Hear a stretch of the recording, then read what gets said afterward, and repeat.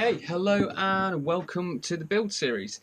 Now this episode was supposed to be for the Suzuki GS 750 gas tank, or fuel tank should we say, but I had some issues with the paint and details on the tank. So basically what it was down to, because I was kind of rushing to get the kind of tank done and all the filming and editing done, yeah, I just rushed it a bit and made a few mistakes on the tank. So I've had to go back and respray some areas on that. It's all done now, it's all clear coated and it's drying out, but I want to give it its full time before I start messing around with it and stick it on the bike, shall we say. Obviously because the paint's still fragile at this stage, and yeah, I just don't want to mess around with it. So yeah, that's the reason why there's no tank episode yet. So what I'd like to do now is jump on to the Honda Rebel. Right, so the Honda Rebel, if you haven't guessed already, I'm going to go for a bobber style on the Rebel, just because it lends itself so well to the style, and the fact that I've wanted to do a bobber for ages, even before I had the Suzuki GS. I've always wanted to do a bobber. Yeah, it's a little 250, but it's just going to be a baby bobber. I'm going to try and make the silhouette a bit kind of meatier. I don't know if that's the word for it. Just to make it stand out a bit more. So what I'd like to do is basically, I think we'll get it out and then we'll look over a few items that I want to kind of go into, kind of what the future content's going to be based around. So there's a few key areas on the bike that I want to kind of concentrate on. So hopefully you'll find that of interest. Maybe, fingers crossed, I don't know.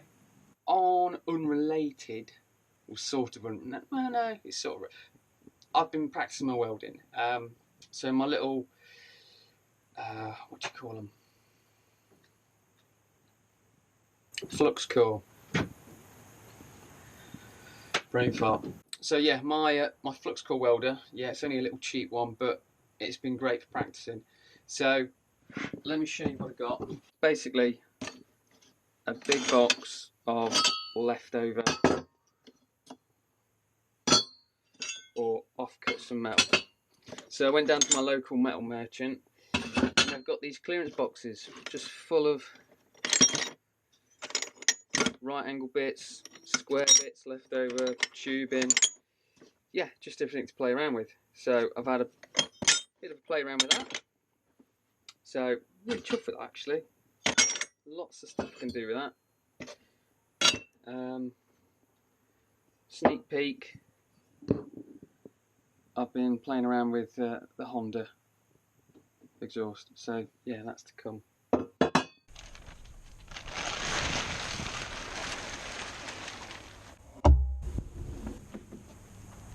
Where do I begin?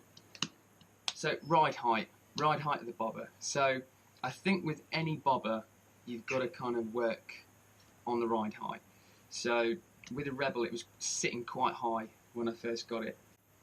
So you're probably wondering what on earth these pieces of wood here on the bike. They're not permanent, don't worry. They're just to give me an idea of where I want the bike to sit. So they're quite substantially shorter than the original shocks that are on the bike. So there's your original shocks. So as you can see, if I put them side by side, you can see that this shock just sits a bit lower. So obviously the swing arm is sitting further down. These shocks are okay. You know, they function okay. They seem to be okay. They're not leaking or anything. They may need a tidy up, I don't know. But my option is either I buy some new shocks, put a smaller shock here, or what I'm thinking about doing is removing this bracket here and then just moving it further down on the swing arm so I can still use the shock, and obviously it gives me that position that I'm after. That's the plan. Yeah,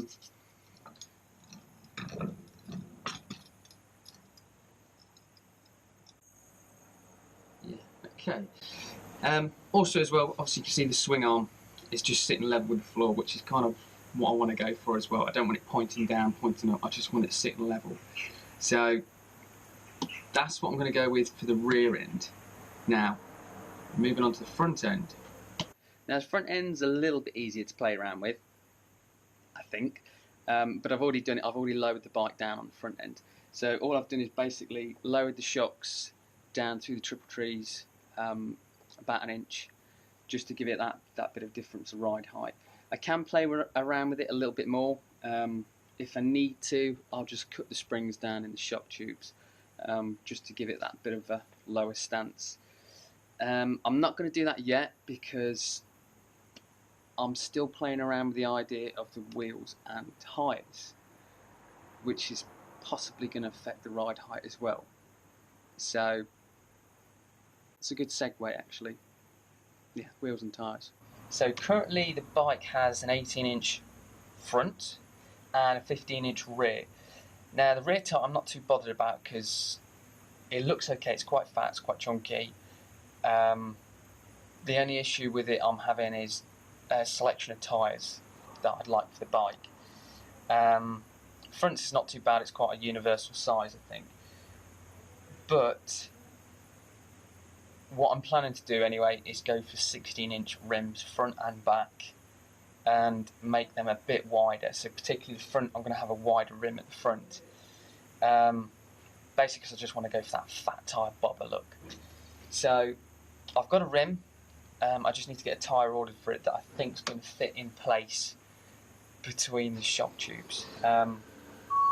Yes, I'm going to have a bit of an issue fitting that in I think. I'll only know once I get the tyre. I've measured it up, it seems okay, but obviously, yeah, I need to get the tyre and put that in place. And with that, I can mess around at the back as well and just see how it looks on the back with a 16-inch rim. So again, that kind of comes back to the ride height of the bike, because if I'm going up a rim size, down a rim size, it's going to affect the ride height. So I don't want to get everything or anything in kind of place as yet. So it's all kind of, we're just messing around with the bike at the minute. Oh my god, getting down on the floor to your level. Okay, so forward controls for the Rebel. So in my opinion, I think the Rebel suffers with a bit of a cramped riding position. So your knees are kind of up against your torso. And I don't think it suits the look of what I'm kind of going for. So what I'm planning to do is bring the controls forward. So I've seen plenty of stuff online. I think Blue Collar Bobbers do a kit where they extend or have a plate that kind of brings the controls out. Or there's other stuff online where people have utilised the engine mount to kind of extend the controls forward. So that's possibly, I think, the way I'm going to go for. My only concern about that is obviously because it's an engine mount, you're going to get vibration transferal. So if I mount to the engine, I'm going to get some vibrations transferring through the foot pegs, which is not really what I want. I suppose I can mount it on rubber or just kind of have a damper in place just to take that vibration out. I don't know, but it's stuff I've got to think about and how I'm going to get around with it. But yeah, that's the plan I want to do. I'm going to bring the controls forward, so I've got kind of a, yeah, how can we say it, a more bobber kind of stance look as well. So yeah, that's the plan.